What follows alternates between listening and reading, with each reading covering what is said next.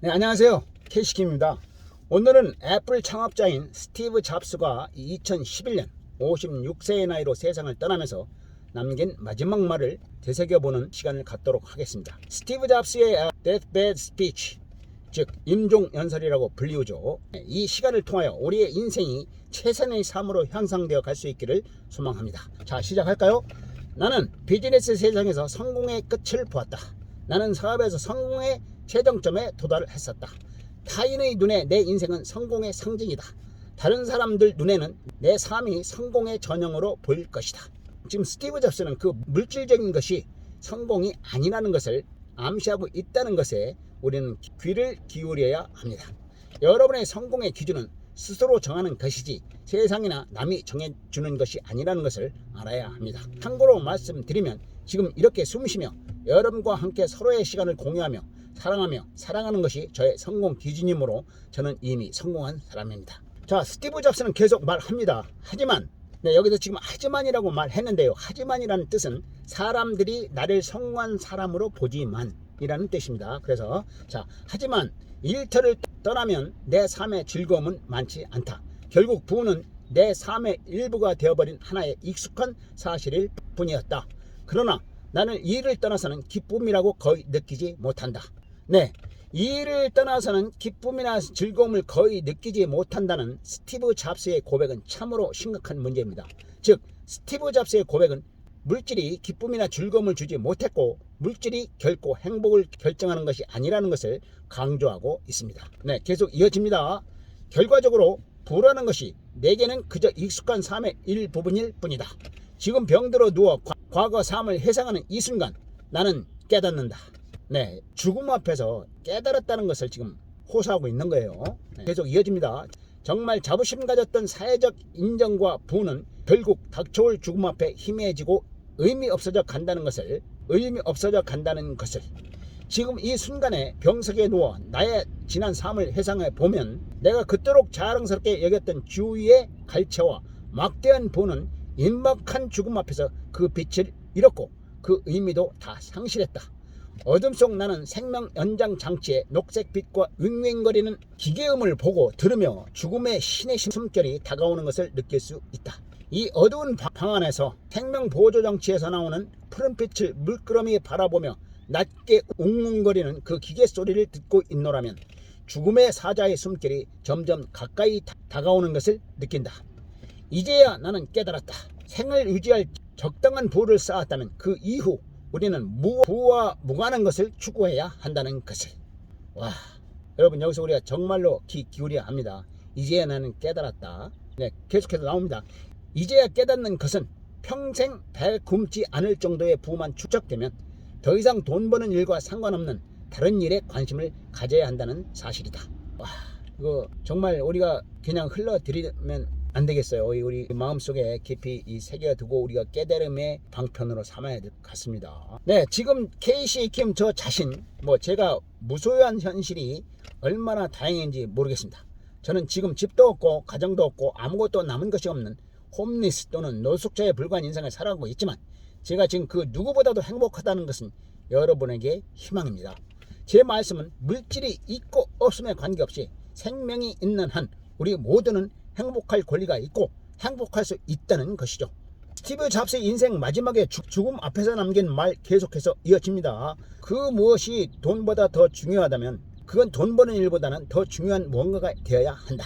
예를 들어 관계 아니면 예술 또는 젊었을 때의 꿈을, 그건 인간관계가 될 수도 있고 예술일 수도 있으며 어린 시절부터 가졌던 꿈일 수도 있다. 끝없이 부를 추구하는 것은 결국 나 같은 비틀린 개인만을 남긴다. 비뚤어진 인간이 될 수밖에 없다. 바로 나같이 말이다. 죽음 앞에서 우리에게 전한 스티브 잡스의 말에 우리는 실로 귀를 기울여야 할 것 같습니다. 인생 최고의 성취, 그것은 바로 깨달음이죠. 네, 미국의 어느 유명한 유튜버는 한국인이 가장 중요하게 생각하는 것은 돈이라고 꼬집었죠. 또한 요한 교황 바오로 2세는 한국을 방문했을 때 가장 작고 소박한 차를 이용하면서 물질 시상주의를 치닫는 우리를 우회적으로 메시지를 전달하기도 했습니다. 세계에서 가장 높은 대한민국의 자살률, 물질에 제일 우선 순위를 두는 것과 결코 무관하지 않다는 것을 우리는 알아야 합니다. 자, 스티브 잡스는 계속해서 말합니다. 신은 우리에게 부가 가져오는 환상이 아닌 만인이 가진 사랑을 느낄 수 있도록 감각을 선사하였다. 부에 의해 조성된 환상과는 달리 물질의 부는 환상이라고 표현하고 있습니다. 계속 이어지죠. 하나님은 우리가 사랑을 느낄 수 있도록 감성이라는 것을 모두의 마음속에 넣어주셨다. 내 인생을 통해 얻는 부를 나는 가져갈 수 없다. 평생에 내가 벌어들인 재산은 가져갈 도리가 없다. 여기서 스티브 잡스는 빈손으로 왔다가 빈손으로 가는 공술의 공수거를 말하고 있습니다. 사실 공술의 공수거의 가르침은 성경 디모데전서의 가르침이죠. 스티브 잡스는 계속해서 말합니다. 내가 가져갈 수 있는 것은 사랑이 넘치는 기억들일 뿐이다. 내가 가져갈 수 있는 것이 있다면 오직 사랑으로 점철된 추억뿐이다. 여기서 스티브 잡스는 죽으면서 가져갈 수 있는 것은 보이는 물질이 아닌 보이지 않는 사랑의 기억들이라는 이하 학계의 정신세계를 말하고 있습니다. 계속 이어지죠. 그 기억들이야말로 너를 따라다니고 너와 함께하고 지속할 힘과 빛을 주는 진정한 부이다. 그것이 진정한 부이며 그것은 우리를 따라오고 행동하며 우리가 나아갈 힘과 빛을 가져다 줄 것이다. 사랑은 수천 마일을 넘어설 수 있다. 우리는 사랑만이 진정한 부라고 말하는 스티브 잡스의 말에 귀를 기울여야 합니다. 계속 이어지죠. 생에 한계는 없다. 가고 싶은 곳을 가라. 성취하라. 이 모든 것이 너희 심령과 손에 달려있다. 여기서 이 말 뜻은 또 일체유심조의 뜻을 깨닫게 합니다. 모든 것은 마음이 만들어낸다는 일체유심조. 역시 성경 속 자문의 가르침입니다. 스티브 잡스의 말이 계속 이어집니다. 사랑은 수천 마일 떨어져 있더라도 전할 수 있다. 삶에는 한계가 없다.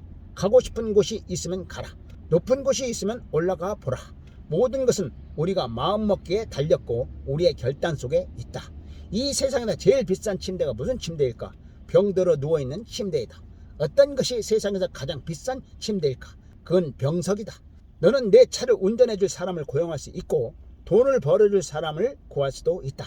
하지만 너 대신 아파줄 사람을 구할 수는 없을 것이다.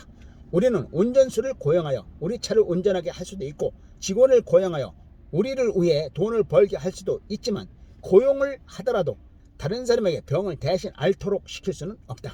여기서 스티브 잡스는 우리에게 건강이 얼마나 중요한가를 지금 가르쳐주고 있습니다. 계속 이어집니다. 잃어버린 물질적인 것들은 다시 찾을 수 있다. 하지만 인생은 한번 잃어버리면 절대 찾을 수 없는 유일한 것이다. 물질은 잃어버리더라도 되찾을 수 있지만 절대 되찾을 수 없는 게 하나 있으니 바로 삶이다. 여기서 우리는 스티브 잡스를 통해서 천상천하 유아독존이라는 가르침을 우리는 되새겨 볼 수 있겠습니다. 천상천하 유아독존 역시 성경 속 예수 그리스도의 가르침입니다. 온 천하를 얻고도 너의 목숨을 잃으면 무슨 소용이랴 라고 그리스도는 우리의 가르침을 주었습니다. 스티브 잡스의 말이 계속 이어집니다. 한 사람이 수술대에 들어가며 본인이 끝까지 읽지 않은 유일한 책을 깨닫는데 그 책은 바로 건강한 삶에 대한 책이다. 누구라도 수술대에 들어갈 즈음이면 진작 읽지 못해 후회하는 책 한 권이 있는데 이름하여 건강한 삶 지침서. 우리가 현재 삶의 어느 순간에 있든 결국 시간이 지나면 우리는 삶이란 극의 커튼이 내려오는 순간을 맞이할 것이다. 현재 당신이 인생의 어느 시점에 이르렀든지 상관없이 때가 되면 누구나 인생에는 무대에 막이 내리는 날을 맞게 되어 있다. 생로병사. 지금 스티브 잡스는 누구나 맞이하게 되는 낳고 늙고 병들어 죽는 인생사를 말하고 있습니다. 스티브 잡스는 계속해서 말합니다. 가족 간의 사랑을 소중히 하라. 배우자를 사랑하라. 친구들을 사랑하라. 가족을 위한 사랑과 부부 간의 사랑 그리고 이웃을 향한 사랑을 귀히 여겨라. 너 자신에게 잘 대해줘라. 자신을 잘 돌보기 바란다. 이웃을 사랑하라. 지금 스티브 잡스는 무려 7번이나 반복하면서 사랑을 강조하고 있습니다. 성경을 한마디로 표현하면 사랑이죠. 하나님은 사랑이시잖아요. 이어서 성경의 가장 큰 가르침 중에 하나인 이웃을 사랑하라고 말합니다. 계속 이어지죠. 돈을 쫓지 않으며 살아가는 게 정말 편하다. 미래를 위해서 돈을 벌려고 하는 건 당연한 일인데 내일 당장 우리는 어떻게 될지 모르는 겁니다. 미래를 위해서 너무 열심히 일하고 스트레스 받아서 내일 암으로 죽을 수도 있어요. 너무 물질 때문에 스트레스 받지 마세요. 오늘같이 힘든 하루에 내 옆에 내 말 들어줄 한 사람이 있다면 당신은 축복받은 것입니다. 그 사람이 가족이든 배우자든 내 자식이든 친구든 네, 계속 이어집니다. 미래와 물질에 속지 말라. 내 옆에 내 말 들어줄 한 사람이 있다면 당신은 축복받은 것.